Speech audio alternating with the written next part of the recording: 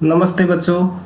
आज की इस क्लास में हम कक्षा 7 की गणित की प्रश्नावली 11.4 का प्रश्न 7वां और 8वां हल करेंगे। तो आप वीडियो में लास्ट तक बने रहें और इस वीडियो का लिंक अपने अन्य सहपाठियों को भी शेयर करें जिससे उसको भी इसका लाभ मिल सकें।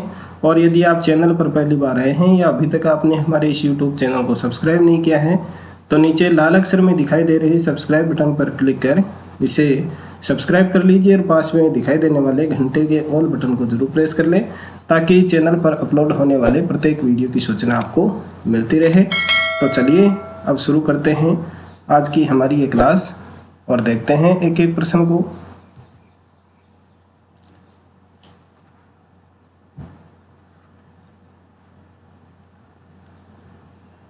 तो देखिए ये रहा 7 का प्रश्न। इस प्रश्नावली का प्रश्न में दिया गया है 90 मीटर लंबाई और 60 मीटर चौड़ाई वाले एक आयताकार मैदान में दो पथ बनाए गए हैं जो भुजाओं के समांतर हैं, एक दूसरे को लंबवत काटते हैं और मैदान के मध्य से होकर निकलते हैं। यदि प्रत्येक पथ की चौड़ाई 3 मीटर हो तो ज्ञात कीजिए पथों द्वारा आच्छादित क्षेत्र और 110 रुपये प्रति वर्ग मीटर की दर से पथ बनाने का व्यय। तो देखिए ये एक आयताकार मैदान है, इसकी जो लंबाई दे रखी है वो है 90 मीटर, ये है 90 मीटर और चौड़ाई है वो है 60 मीटर, ठीक है। और इसके मध्य ये भुजाओं के समांतर यानी ये लंबाई के समांतर है, ये चौड़ाई के समांतर है।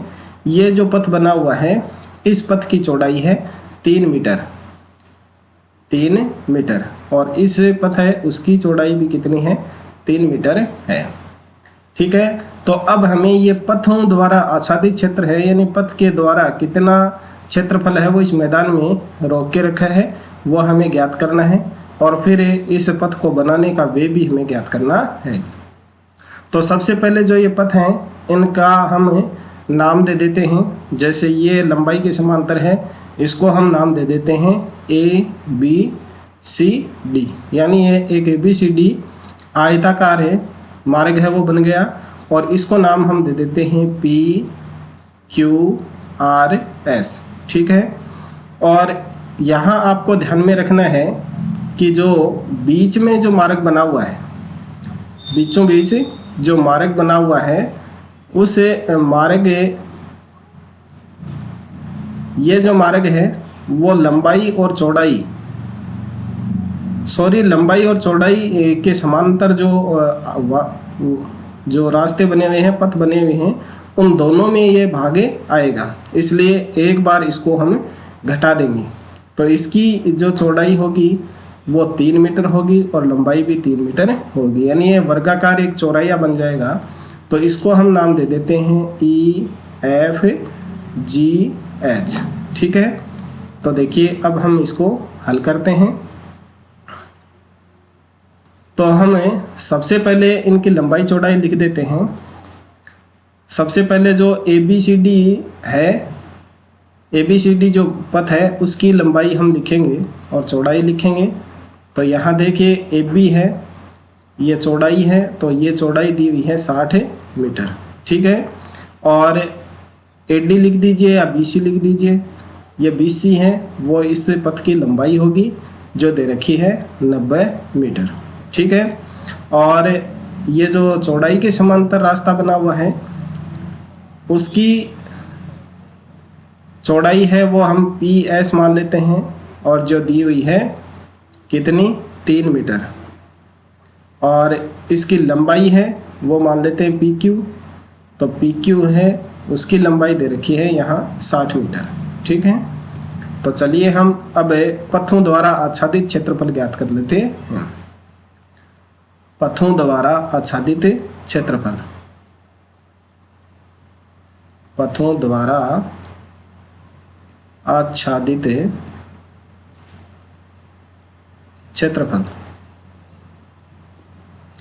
सबसे पहले हम ABCD का क्षेत्रफल लिखेंगे, ABCD का क्षेत्रफल प्लस PQRS का क्षेत्रफल, PQRS का क्षेत्रफल और फिर उसमें से माइनस कर देंगे EFGH का क्षेत्रफल, EFGH का क्षेत्रफल, ठीक है।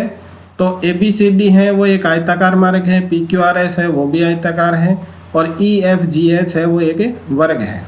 तो आयत का क्षेत्रफल होता है लंबाई गुणा चौड़ाई। तो ABCD में AB है वो चौड़ाई है और BC है वो लंबाई है। तो 60 गुणा 90, ठीक है। फिर प्लस है PQRS, तो इसमें PS 90 3 मीटर, PS है 3 मीटर और PQ है वो 60।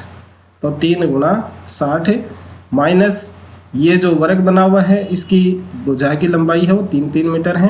तो 3 गुणा 3, ठीक है। अब देखिए 60 को 90 से गुणा करेंगे, 9 छिके 54 और 2 जीरो लगा देंगे, प्लस 36 18 और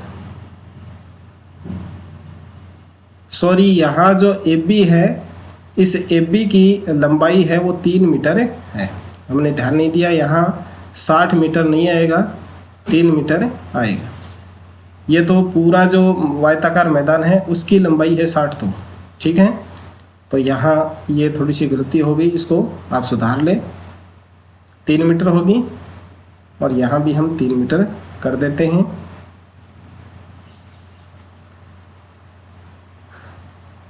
ये 3 और ये हो जाएगा 9 3 27 यानी 270 मीटर, और ये 180 मीटर माइनस 3 3 9, इसको हम घटा देंगे। तो अब देखिए इनको जोड़ देंगे हम, 27 ये 0 का 0, 8 15 की 5 असल की 1 3 और 1 4, 450 है, उसमें से हम 9 को घटा देंगे तो ये आ जाएगा 441 वर्ग मीटर।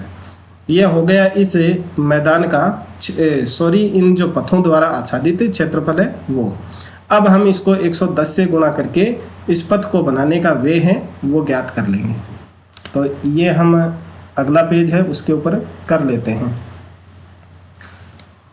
एक आंसर आपका आ गया था। अब दूसरा देखिए, 110 रुपये प्रति वर्ग मीटर की दर से, वर्ग मीटर की दर से पथ को बनाने का कुल व्यय होगा, कुल व्यय होगा बराबर पथ का क्षेत्रफल कितना है 141 और उसको गुणा कर देंगे हम 110 रुपये से, ठीक है। तो अब यहाँ देखिए ये 0 का 0 जो का त्यों लगा देंगे और 11 एकम 11 हासिल की 1, 11 चौके 44 और 1 45 असल की 4, 11 चौके 44 और 4 49। तो ये हो जाएगा 49,510 रुपये। ये हो गया आपका सेकंड आंसर। तो जो 7 का प्रश्न है वो आपको इस तरह से करना है। अब देखिए नेक्स्ट 8 का प्रश्न। 8 का प्रश्न है उसमें दिया गया है आपके प्रज्ञा 4 सेंटीमीटर त्रिज्या वाले एक वर्ताकार पाइप के चारों ओर एक रस्सी लपेटते, जैसा देखिए यहाँ चित्र में दिया हुआ है। ये एक वर्ताकार पाइप है, इसके चारों तरफ ये रस्सी लपेटती है और फिर रस्सी की आवश्यक लंबाई को काट लेती है। इसके बाद वह उसे 4 भुजा वाले एक वर्गाकार बॉक्स के चारों ओर लपेटती है। फिर ये वर्गाकार बॉक्स है, इसके चारों तरफ लपेट लेती है उसी रस्सी को। क्या उसके पास कुछ रस्सी शेष बचेगी? तो देखिए सबसे पहले हम जो पाइप है उस पाइप की त्रिज्या लिख लेते हैं। वृत्ताकार पाइप की त्रिज्या, वृत्ताकार पाइप की त्रिज्या, पाइप की त्रिज्या बराबर है वर्ताकार पाइप है उसकी त्रिज्या दे रखी है यहाँ 4 सेंटीमीटर, ठीक है।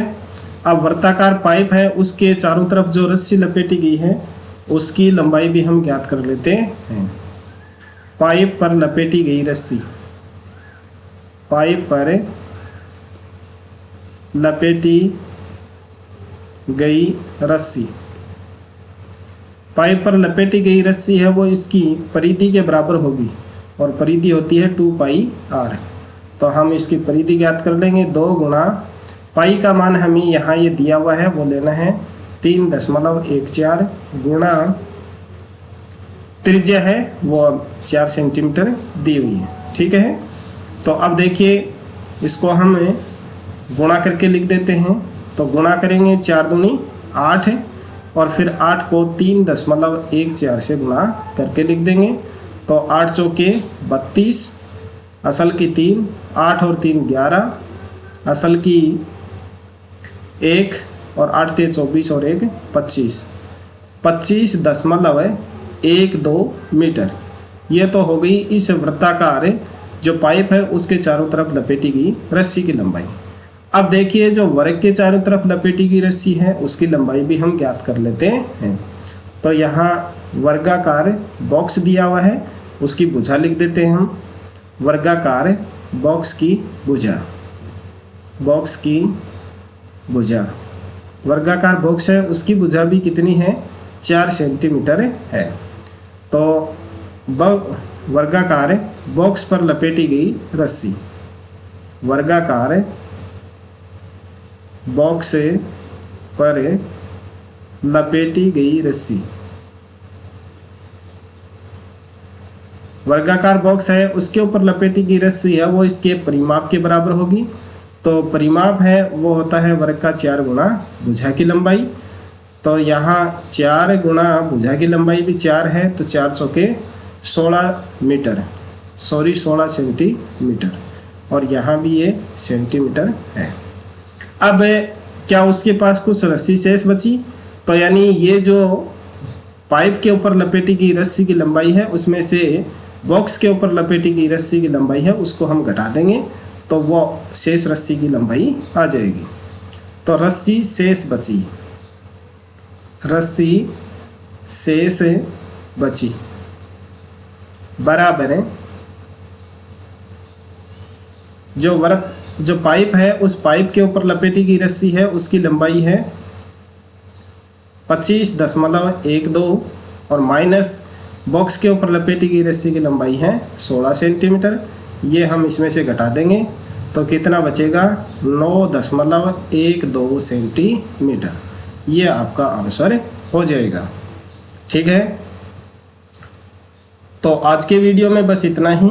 आई होप वीडियो आपको पसंद आया होगा, तो इस वीडियो को कर दीजिए लाइक, और यदि आप चैनल पर पहली बार आए हैं तो चैनल को सब्सक्राइब करना ना भूलें, और इस वीडियो का लिंक अपने अन्य साथियों को भी शेयर करें। किसी भी डाउट के लिए कमेंट करके ज़रूर बताएं। मिलते हैं अगले वीडियो में, तब तक के लिए नमस्कार, थैंक यू।